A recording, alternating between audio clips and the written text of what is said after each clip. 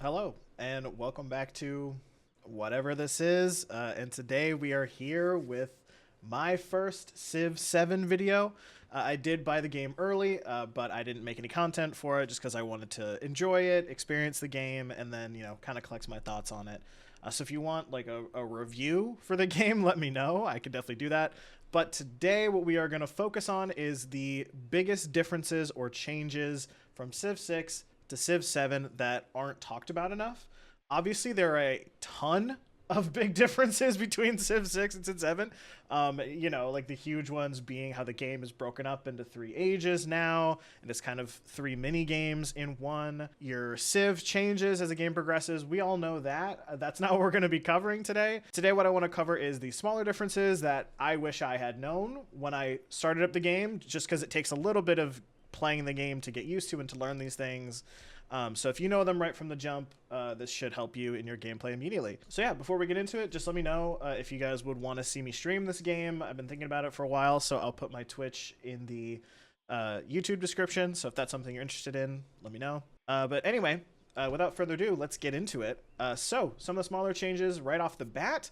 There are way less lenses available than there were in Civ 6. So all you have is Settler and Continent. And change, first of all, big change, you get to see what all the continents are right off the jump. So that's pretty interesting. Before you had to discover them before you could see these. But with the Settler lens, something people tend to get confused at first is what the colors mean, because they are different. And in Civ 7, the blue just means fresh water, and the yellow means non-fresh water. It's as simple as that. And then red, you can't settle on. And settling on fresh water in this game isn't nearly as important as it was in previous games, but it's still what you want to be doing if you can. Next thing I want to cover is how you should think about settling your cities.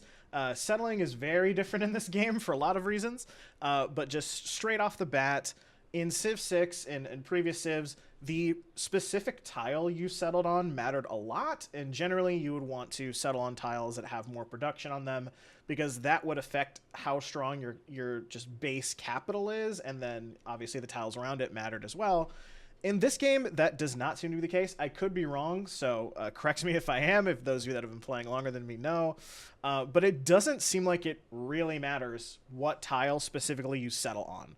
Like these are science and happiness tiles, but if I settled on the food and happiness, in Civ 6, the way it would work is like, oh, if I settled on this, this would become a 2 food, 2 production, 1 science, 1 happiness tile. And that just doesn't seem to be how it works in this game. So instead of thinking about that when you're settling, your primary ideology when it comes to settling should be is there fresh water? Because that's what you would prefer to have. You get a big bonus to happiness there. And B, are there good resources around? Also, if you haven't noticed, there is no warrior that you start with anymore, so you don't get to do a little bit of free scouting before the game starts. So with the resources, each of them are also very different. Instead of it just changing the tile, if it was a bonus resource, and then if it was a luxury or strategic, it would give you that resource. Instead, every tile that you get, or every resource you actually get, and they all have different abilities. So when it comes to settling in the early game, you want to go to ones that have food and production so you can get your game rolling. So even though we have 2 sources of ivory here, that seem pretty good. Since ivory is very nice because it gives you production towards wonders, what we really want to focus on is these tiles here, the Kaolin, not sure how to pronounce that, as they give you food to the capital. They give you more food to other cities, but obviously the capital is what we're focused on right now. So we're going to want to move towards one of these, and since we are closer, I'm going to move here, I think is the plan. It sucks not getting a turn 1 settle, but I would prefer to be on the fresh water closer to this. I think it works out, so we're going to do that. A smaller thing in this game is that your first thing you build automatically gets done in 1 turn if you choose between a warrior and a scout. Generally, you're going to always want to take the scout, but hey, don't let me tell you what to do. But the next biggest change here is how growth works in all of your cities. So unlike, all civs past, workers are no longer a thing. And instead, when your city grows, you will get the grow city button, and you will choose which tile that you're going to work, and it will automatically improve that tile, as if you had put a worker on there and improved the tile that way. As well as this, it will also culture bomb the tiles around it, which means it will absorb the tiles around it.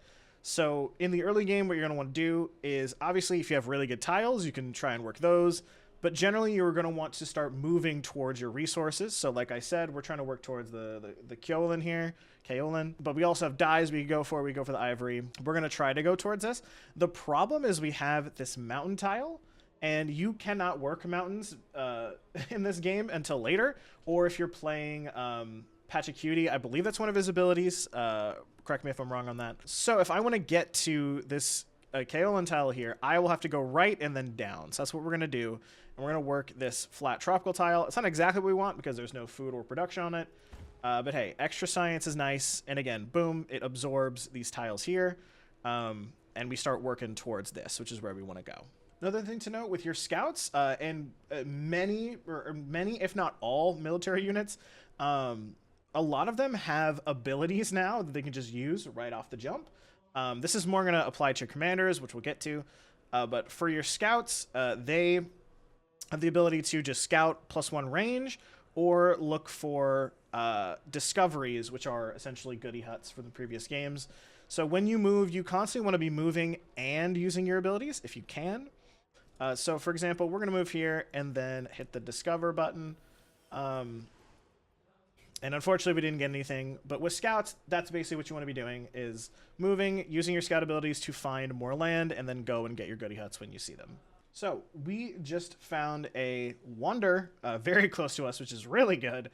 A Production Wonder, Zhang Ziaji. I probably butchered that pronouncement. But we just found a Wonder, which is great. And I just wanted to quickly cover this. Wonders work a little differently in this game than Civ 6. Before, the Wonder in Civ 6 would obviously give you whatever yields are on this tile, but it would also, a lot of them would give you a secondary ability. Let's say the Fountain of Youth, if you moved units through it, would grant them a healing ability. Or there was another Wonder where if you built any districts or other wonders on that tile, you would get 50% production towards it. It doesn't seem like that is how that works in this game, but instead, if you settle on a wonder, obviously, you get the tiles that are on it, but it will also buff other tiles in that settlement. So for example, this wonder here, obviously, you get the 2 happiness, the 4 production, but also if you have rough terrain in that city, you will get 2 culture for all of those tiles as well. So wonders, as always, are very good, but they are very good to buff your land. So if you can settle on a wonder, go for it. But I just wanted to cover that really quickly. Next, I want to touch on a little bit of movement stuff before we grab this goodie hut here. In Civ 6, they changed movement to be a lot more rough when it comes to rough terrain. As far as, hills and forest tiles taking extra movement. That still applies to this game, but with certain terrain, it will just end your turn if you stand on there.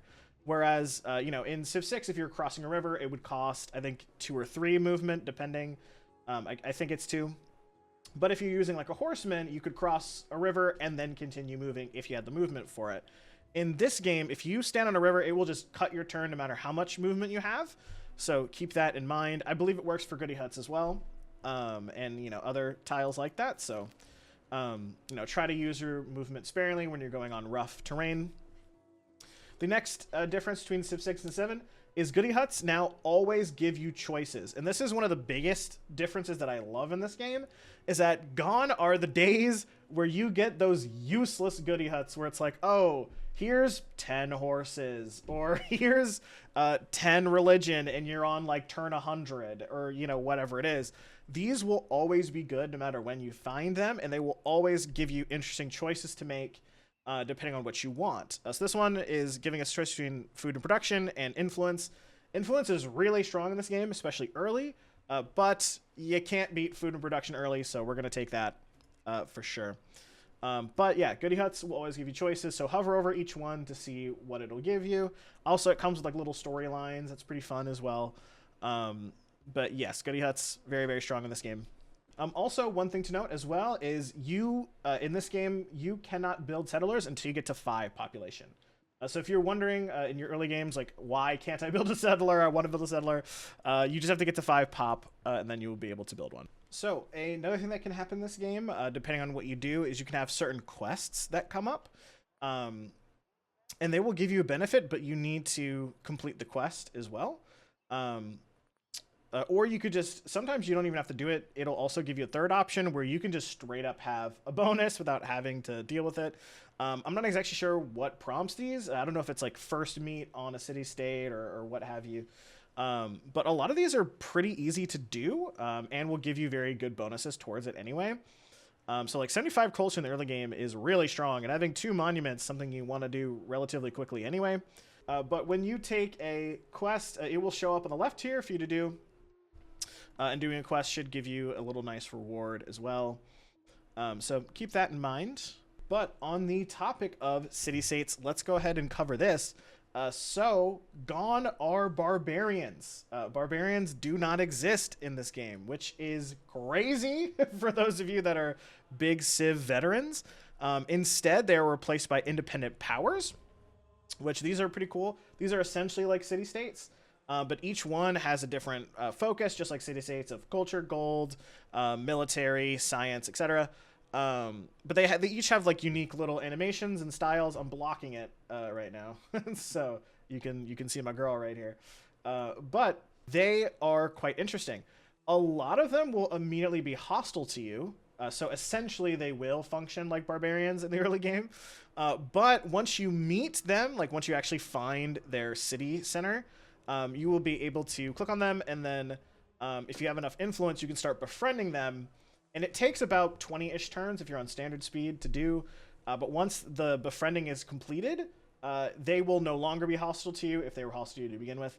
And then eventually you will start getting points towards befriending them and eventually becoming the suzerain, which will give you different bonuses you can choose from as well. That will stack with other city-states. So city-states seem to be pretty strong in this game, especially early game. Going a city-state build seems to be very, very strong, of like getting a lot of influence and then trying to be a ton of suzerains with city-states is a very good early strat if you're looking for one. You can also hire them to incite raids, which is really strong. Of if you've met another Civ, you can hire the city-state to go attack them if you would like to. And eventually you can get to, levying units and bolstering and all of that fun stuff. But if you're wondering, no longer barbs, instead independent powers. And a lot of the times they will be hostile to you, but we got lucky and this one is actually nice to us. So cool. So this just reminded me, I want to talk about this as well. So as much as each resource gives you different abilities, one thing to note in this game is that unit requirements for resources are now gone. You no longer need to get iron to make swordsmen, horses to make horsemen, etc., etc. Instead, each what used to be strategic resources gives you different buffs for those units. So you can always build them. Once you unlock the tech, you can start building them instantly. But the more of these that you have will buff them. So, for example, if you have iron, it will make all of your infantry units just straight up stronger, just straight combat strength, and that goes for every unit in the game has a different respective one. So horses for horsemen, iron for infantry units, I believe it's oil for naval units at one point, and coal, like it's all of that. So you no longer have to worry about that anymore. And speaking of combat, let's just get straight into it, because there's a good amount of turns before I get to generals and whatnot. But combat is very much the same and different in this game, especially when it comes to taking cities and sieging. So the way that combat works now is your units, you still need range units and melee units. You got your siege units, naval units, you still have all of that. But the difference is your individual units do not get experience anymore. So your infantry and your range units will not level up, but instead you need a commander to get experience. And when you get a commander, it kind of works the same way, where it has a 6-tile radius around it that will affect other units. But every commander has a bunch of upgrades they can get, because they get all the experience. So use that experience to upgrade your commander to do a lot of interesting things in this game. So commanders are really important to combat now. You can't just spam out units. I mean, you can still spam out units, but you always want a commander to get all of the really strong bonuses. And more importantly, when it comes to taking cities, siege units and walls are not nearly as strong as they used to be, which is, oh god, it's such a blessing. Truly, those days of you like being about to war someone and then they put up walls in all their cities and now your war is completely stalled because you don't have a battering ram or you don't have siege units or whatever. That is no longer a thing. Obviously walls can still be made and defenses still can be put up, but the way sieging works is the cities will just have a flat like health pool and walls will just add to that. So you don't necessarily need siege units anymore. You can do what used to be very popular in Civ 5, which is just use ranged units to take down walls and things like that. That will work totally fine. Or you can just slam melee units into walls and that will work too. Because your infantry units, or your just units in general, are going to be a lot more expendable in this game because you're focused on your commander and keeping your commander alive. Which, speaking of, the commander kind of takes the place of the great general in this, and they no longer function as like civilian units where if they get stepped on by an enemy, they will get teleported back to your capital. Instead, your commander has a health pool and you need to keep it alive. So it can defend from itself. I don't think commanders can attack. I could be wrong on that. But instead, commanders will have actions that they can give to their infantry units and range units to make them better. So you basically just want to keep your commander in the back line and have it ordering out commands to your actual units. And then when it comes to taking cities, again, it is much easier in this game because you can just walk in with some horsemen and start going crazy. And there's not really much they can do about it if they're not prepared for it. So keep that in mind, that war is going to be very interesting, especially if you're playing multiplayer. And again, generals are the way to go. But long gone are the days where you absolutely need a catapult or you absolutely need a battering ram to do anything with capturing cities. So I just wanted to cover that as well. And speaking of civilian units, so one of the biggest changes in this game, especially to your early game that you're going to want to know, is settlers and civilian units in general no longer just get instantly captured. So if I were to have a settler here and I were to start sending it out, it would not just and a barb unit came in or an independent power unit came in and attacked it. It would no longer just get kidnapped and have to run back and try and get it and kill it and all of that. Instead, your settlers will have an HP pool. So you can be a lot more aggressive with your settling in this game because you don't need an escort unit there to make sure that it doesn't get sniped. Because your settlers generally can take at least one hit, if not two, before they are destroyed. And again, instead of them being captured, they are just killed. So in this game, if you, let's say, I had another Civ that was here and they were sending a settler down, in every other Civ, you would want to declare war on them and then steal that settler for yourself. But in this game, if you attack a settler, you just kill it. It does not get captured. There's an ability later in the game that you can get where your settlers will return back to your capital. But again, they have a health pool now. So you can start sending your settlers out kind of willy-nilly in the early game, especially in a situation like this where, like, I know there's nobody near me, and the only independent power is not hostile, so I could really kind of go crazy with settlers here. So that is a huge change to the early game that you should know. Also, a smaller thing that I'm sure you may be aware of, so within the Civics tree, obviously you have your main Civics tree. That's going to be much smaller because it is era dependent, so each era is going to have a different tree. But you also have your Civ-specific tree that will give you different abilities based on your Civ that you're playing. So that's something to keep in mind as well. Some of these Civ abilities are really, really strong. Also, another thing I just thought of, I'm trying to rattle these off. I want to be able to physically show them, but I don't want to have to wait to get to that point in the game for it to happen. So when I think of stuff, I'm just going to start saying it instead of having a visual aid, unfortunately. So the way disasters work in this game now, it's still the same system of natural disasters can happen, tornadoes, floods, etc. But when they happen, just like the old games, they will typically buff the tile that was there. Let's say I have a flood on this navigable river tile here. Instead of previous games where I would need to get a builder, move the builder onto this tile, and then repair it, you can repair from within your city. So if that were to happen, I would have under the buildings tab here, I would have a thing where it says like repair fishing boat, and you can either take turns to do it, or you can buy the improvement, which is so good because they are dirt cheap. Like, it'll literally be like 10 gold to repair your stuff. So disasters are a million times better in this game because they pretty much only help you. Like, when they damage your stuff, it takes 2 seconds to fix them. It's almost never going to be a problem. So like this volcano going off here, if it damages tile improvements I have later, I could just very easily fix them. So settling on dangerous tiles like this or on rivers and floodable things is going to be much more worth your while in this game because it's just going to be very easy to fix the negatives while getting the benefits still. When it comes to choosing your first civic, generally you pretty much always want to go mysticism because this is how you get your Pantheon, which is huge. Which, speaking of, so we're going to lock that in here.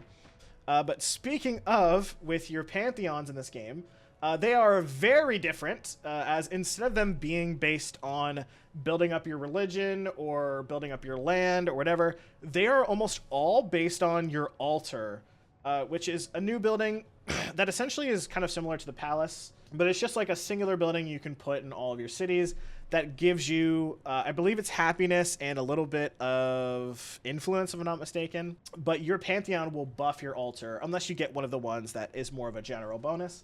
But it's dependent on what you pick. So getting your Pantheon in this game, you do want to get as quick as possible, because just like in previous games, you know, they are exclusive. So you get it very, very early in this game. But the difference is, it's not, unlike Civ 6, it's not based on religion. And so you don't need to get faith early in this game. In fact, you literally cannot do anything with religion until you get to the next age, the exploration age.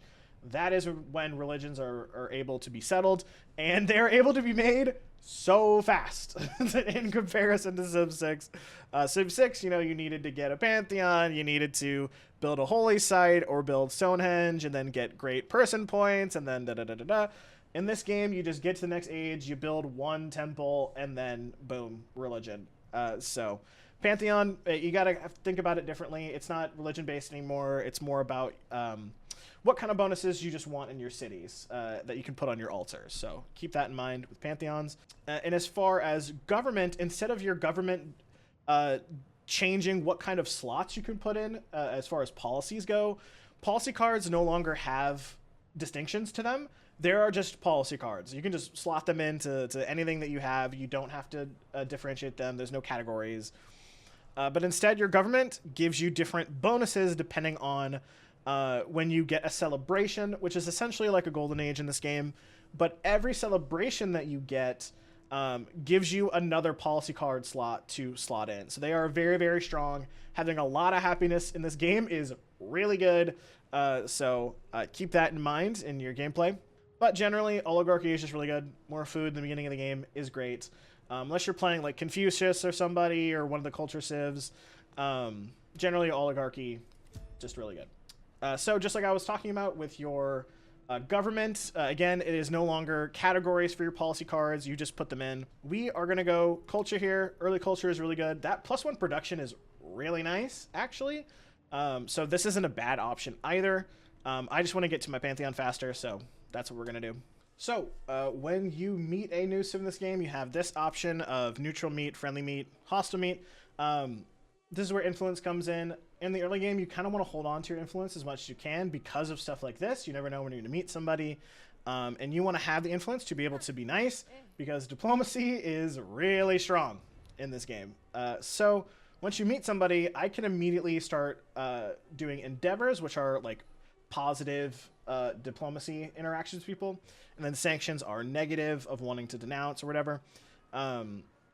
So you want to have your influence ready for stuff like this because the AI, from what I've seen, is generally a lot more nice than they were in Civ 6. It felt like no matter what you did in Civ 6, everyone just hated you, except for Gilgamesh. But in this game, it is a lot easier to befriend people and have lots of allies. And you want to do that because you want to have a lot of influence and be able to use it when you need it. Because when they offer you something, you will need to spend influence to accept it or to support it, which will give you much more benefits. Whereas if you just accept something, it'll cost less influence, but you'll get less benefits, and the other person sending it will get the benefits instead. So you can be more aggressive with it, and I can be like, oh, research collaboration, let's go. Military aid, which just gives us more combat strength. But I'm going to hold off on it and see if she wants to offer me anything. You can kind of get a general vibe for that based on if they've met anyone, because she has met someone already. So in that case, I'm actually going to send her a research collaboration.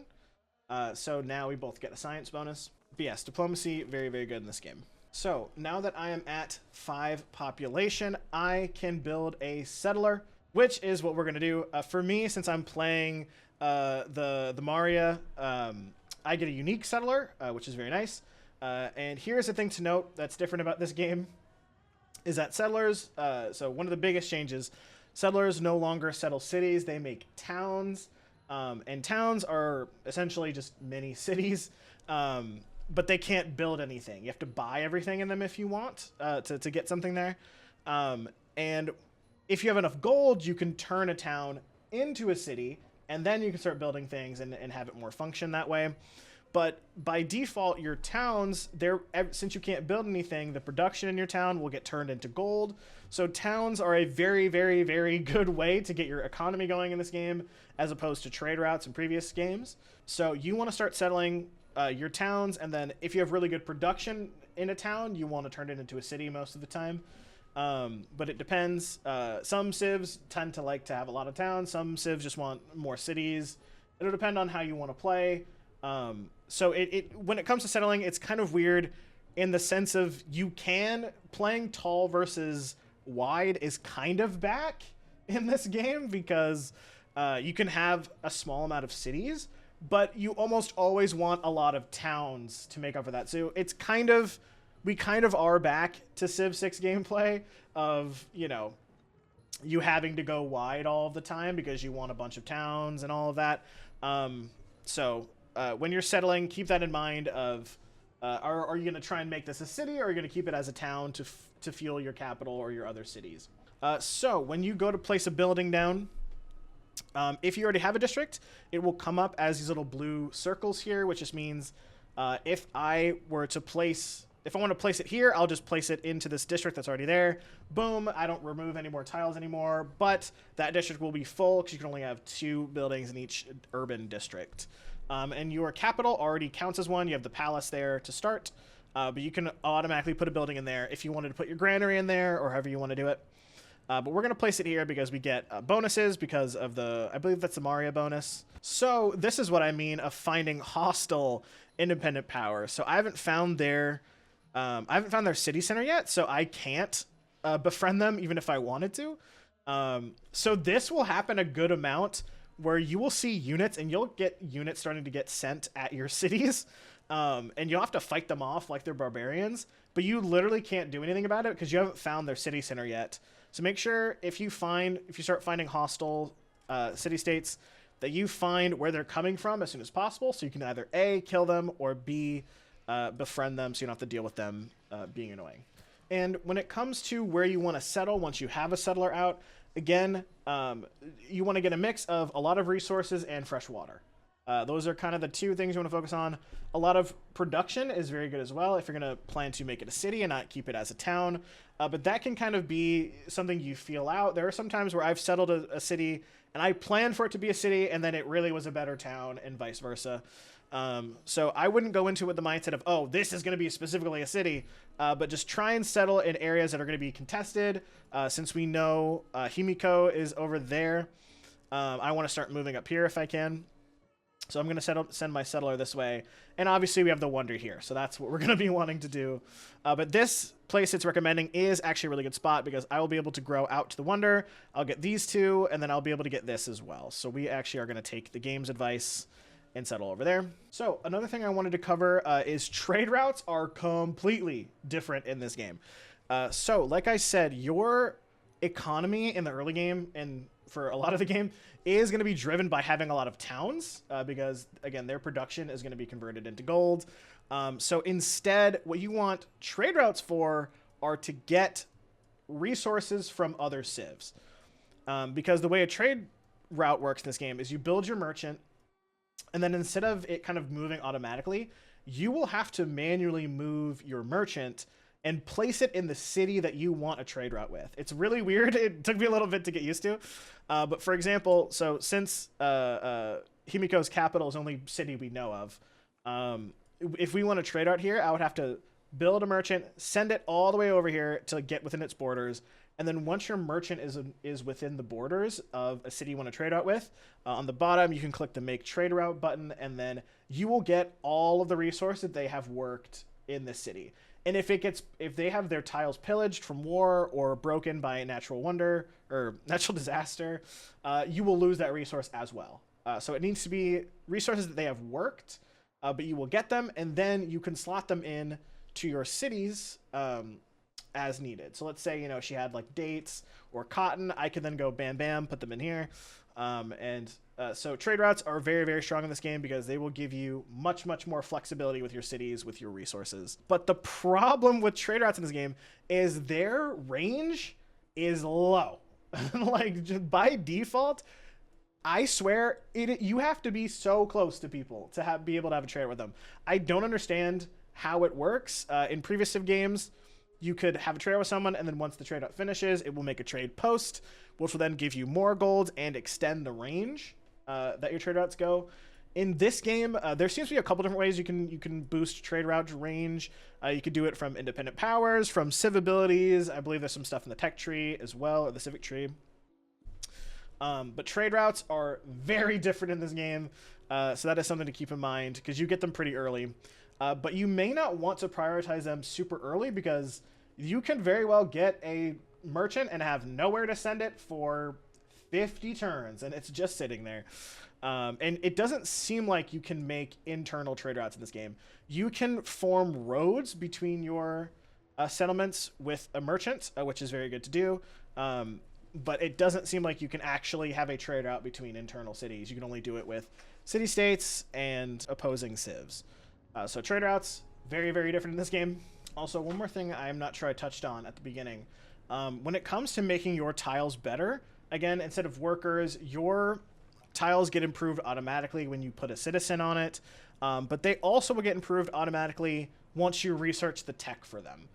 So with pottery, once I unlock pottery, I will get +1 food on my plantations and +1 production on my clay pits. So that is what's going to make your cities better earlier, is getting the base 3 technologies of animal handling, sailing, and pottery done, because that will make all of your base tile improvements a lot better and easier to get your cities rolling. So we have unlocked getting a Pantheon, and just like I said, they are very different in this game. They are almost all bonuses towards altars. There's a few that are more general, like God of the Sea giving fishing boats +1 productions in a city with an altar. But again, a lot of these are always going to have city with an altar, city with an altar, city with an altar on it. So you want to get your altars down in this game pretty quick so you can start getting your Pantheon bonus. And some of these are really, really strong. Some of these are not great. Generally, the AI is always going to take fertility rights right off the bat. So I wouldn't super plan on getting that, but if you can get it, it's really, really good. But in general, some really strong Pantheons. City Patron Goddess, +3 influence early is so good. So that one is a strong one if you just want a general one. Goddess of the Harvest is really good. Again, I like Goddess of the Sea a lot. Goddess of the Sun is a very good general one to just boost all of your altars early game. But again, it will depend on what you're trying to do and what bonuses you already have, because you can stack bonuses really, really hard in this game. Also, another thing about diplomacy in this game, so depending on what you do and how the AI is feeling that day, all the different actions you can take will have different positive or negative effects with your relationship with that leader, and you can see that by clicking on them and then click on the little heart here. And once it's positive enough, they will go to friendly, which is really good. And once you get to loved, you can then form an alliance, which is very strong. Alliances are always good. There's tons of benefits to them. But in this game, if you form an alliance with someone, they are pretty much forced into war. It's not exactly forced, but if they choose not to go to war with alongside you, it will end your alliance with them. So alliance is good, but there is no friendship in this game. So even though that we are friendly, Himiko here could just declare war on me out of nowhere. So there isn't that that like safety net that you had in Civ 6, where you can friend someone and then I'm good for the next 50 turns or whatever it is, that they literally cannot declare war on me. That is not the case in this game. They can just go to war. They really don't want to, because war penalties are pretty significant in this game. If you surprise war somebody, you'll get a bunch of happiness penalties, and that will affect you quite a bit. Again, most of the time they're not going to do that, or you don't want to do that either, but it's something to keep in mind. Also, a smaller thing that I've noticed, in Civ 6, it would tell you what each tile needs to be improved. Like, you would hover over this and be like, oh, farm, woodcutter, whatever. It doesn't do that in this game, which is a little unfortunate. Once you've already improved a tile, it will show you. So like if we go here, it shows us we have a fishing boat, but it wouldn't tell me what I need to research. So that can be a little misleading sometimes when you're trying to figure out what early text to go for. So keep that in mind of like wanting to learn what each kind of tile needs to be improved, because that's something you're gonna have to memorize pretty quick. Also, another smaller thing to point out here is you can explore the water or shallow tiles off the jump in this game. You do not need to research anything to go in the water. So since I found a Goodie hut here, I can move the scout and then just go in the water and claim that tile. So that's something to note, of like, if you're used to playing Civ 6, you may have gotten used to like waiting to get a boat and then you can move your boat along the coast. But you can do that with your scouts straight up to do a lot more. So definitely take advantage of that if you can. So these are the diplomatic actions I was talking about earlier, where you want to hold on to your influence if you can, because they're going to send stuff to you. And if you want to be friendly with them, you're going to want to accept or be able to support their stuff as opposed to accepting it. So here's what it looks like. He is offering us a local festival, which if I support it, it costs more influence, but we both get +3 happiness in our cities. If I accept it, I get a little bit of influence, but he gets the happiness. If I reject it, he cannot send me anything for 10 turns, and he doesn't like me. So, again, you can accept it, and that's fine, but you want to be able to support stuff when you can, if you're trying to be friends with people. So, again, holding on to your influence, very good. Also, one thing I've noticed in this game is that production seems to be much harder to come by, generally.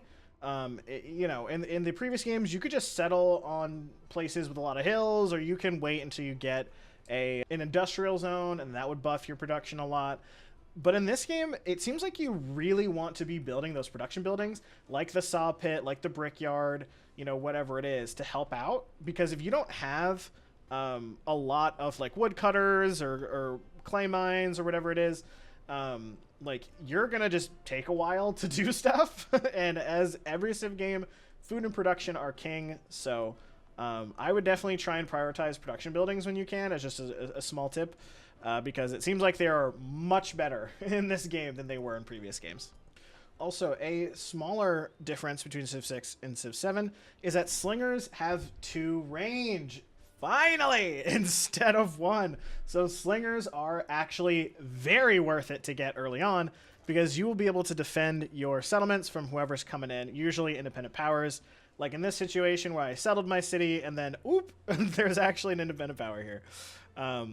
So slingers are very, very worth early investment, as opposed to Civ 6, where it was more that you wanted a tech boost and nothing else.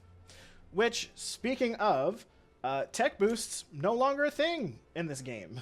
And instead, the way it works, instead of you being able to boost a research by doing certain things, like, oh, archery would get boost by killing a unit with a slinger, or, what have you, you just have to hard tech everything again. But each tech will have a mastery available. Well, not each tech, but many techs will have masteries available to them. Once you research it, you can then start researching the mastery, which is to give you an additional bonus with something related to it. The masteries aren't typically crazy. They're typically just kind of nice bonuses that come along with it. Of like, oh, +1 science on science buildings. That is really good, but it's just a straightforward buff. Or like, oh, +1 production on production buildings. Like, it's stuff like that, where your tech masteries typically aren't going to add that much, but it will just be really nice bonuses to have, like plus production, plus combat strength, adjacency bonuses, what have you. Also, one more thing to cover as well, if you haven't noticed, with settling, there is no loyalty anymore in this game. So you no longer have to worry about settling too close to your enemy. Like Rome over here, like typically if this was Civ 6, if I tried to put a city here, it would probably have a lot of negative loyalty to it. God forbid if I try to put a city here or whatever. In this game, that is no longer a thing, so you don't have to worry about that. But what that's probably going to mean for most of your games is it won't affect you that much, but it'll affect the AI a lot, in that the AI loves to put the dumbest cities all over the place. They would settle right here if they could. I don't even know if they can. Let me see. But yeah, they would put a city right here in between them. They would. Like, it's just since loyalty is no longer a thing, that will affect the game quite a bit. So AI civs tend to spam out their settlements much faster in this game, and they will just put them all over the place. So be ready to get into wars that you weren't planning on because someone forward settled you really hard, as loyalty is no longer a thing. So watch out for that. Speaking of, Golden Ages and Dark Ages are no longer a thing in this game. Instead, you have your celebration mechanic that you start working towards that increases your policy card slots. But Dark Ages just don't exist. So you don't have to worry about doing certain things to progress your age or anything like that. That is all fine and dandy. So don't worry about that. Instead, they're replaced by the Crisis system, which I personally really don't like. So I turn the Crisis system off in my games. But if you need tips on them, I am not your guy, because I played one game with them and was like, I hate this. I'm turning this off. Smaller thing I wanted to touch on are Great Works and Codices in this game. Great Works function very similar to how they did in Civ 6, where you get culture, you get Great Works, and then you slot them into your cities, and they just give you flat bonuses. It'll just be plus to culture or whatever it is. Codices are the exact same thing, or Codex is the exact same thing, but for science. You need the buildings slots to be able to place them. So a lot of buildings, it'll say in the description, +1 Great Work slot, +1 Codex slot, or different wonders will give that to you. So just keep that in mind. That is what that means, is just that. But there doesn't seem to be a theming bonus in this game like there was in Civ 6, where if you had different Great Works from different eras or artists, you can combine them to get bigger bonuses. That does not seem to be a thing. It's just, you slot them in and you don't think about it. So that's what that is, if you're wondering. Also, when it comes to changing civs per era, if you are curious as to how to get or how to control which civ you turn into, your options are limited to what leader you pick and what civ you chose initially, and those will give you different options. But there were other civs that you can unlock as you play, and you can do certain requirements to get them. So for example, Chola here, I have them as an option just because I'm playing as the Maria. But if I wanted Abbasid, then I would need to improve 3 camels. So it's like, that's not really within your control. If you have the land for it, great. But if not, then you just won't be able to play the civ. Not vice versa, but so look through these, see if there's a specific civ that you want or that you find interesting. Look at what you'll need to do for them, if it's even possible for you. But that's what that is. And as far as how to win the game, it is very different. Since the game is broken up into 3 eras, it's not like you don't win the game until you get to the modern era, but you win each era. It doesn't exactly work like that, but if you were doing the best or doing really well in an era, you will get bonuses that will carry over until the next era to give you a head start once you get there, because each era is kind of a hard reset. Some of your bonuses will stay, or like obviously, if you have a lot of settlements or if you won a war, you will still have all that land and everything, but your cities will be reverted to towns unless you take a certain golden era ability that you get from these. And depending on how much progress you made on each of these goals, you will then get different points or rewards that you can spend to give you more bonuses going into the next era. So don't think of these, at least until you get to the modern era, don't think of these as like, oh, I need to win. But as far as, oh, what kind of bonuses do I want to stack going into the next era?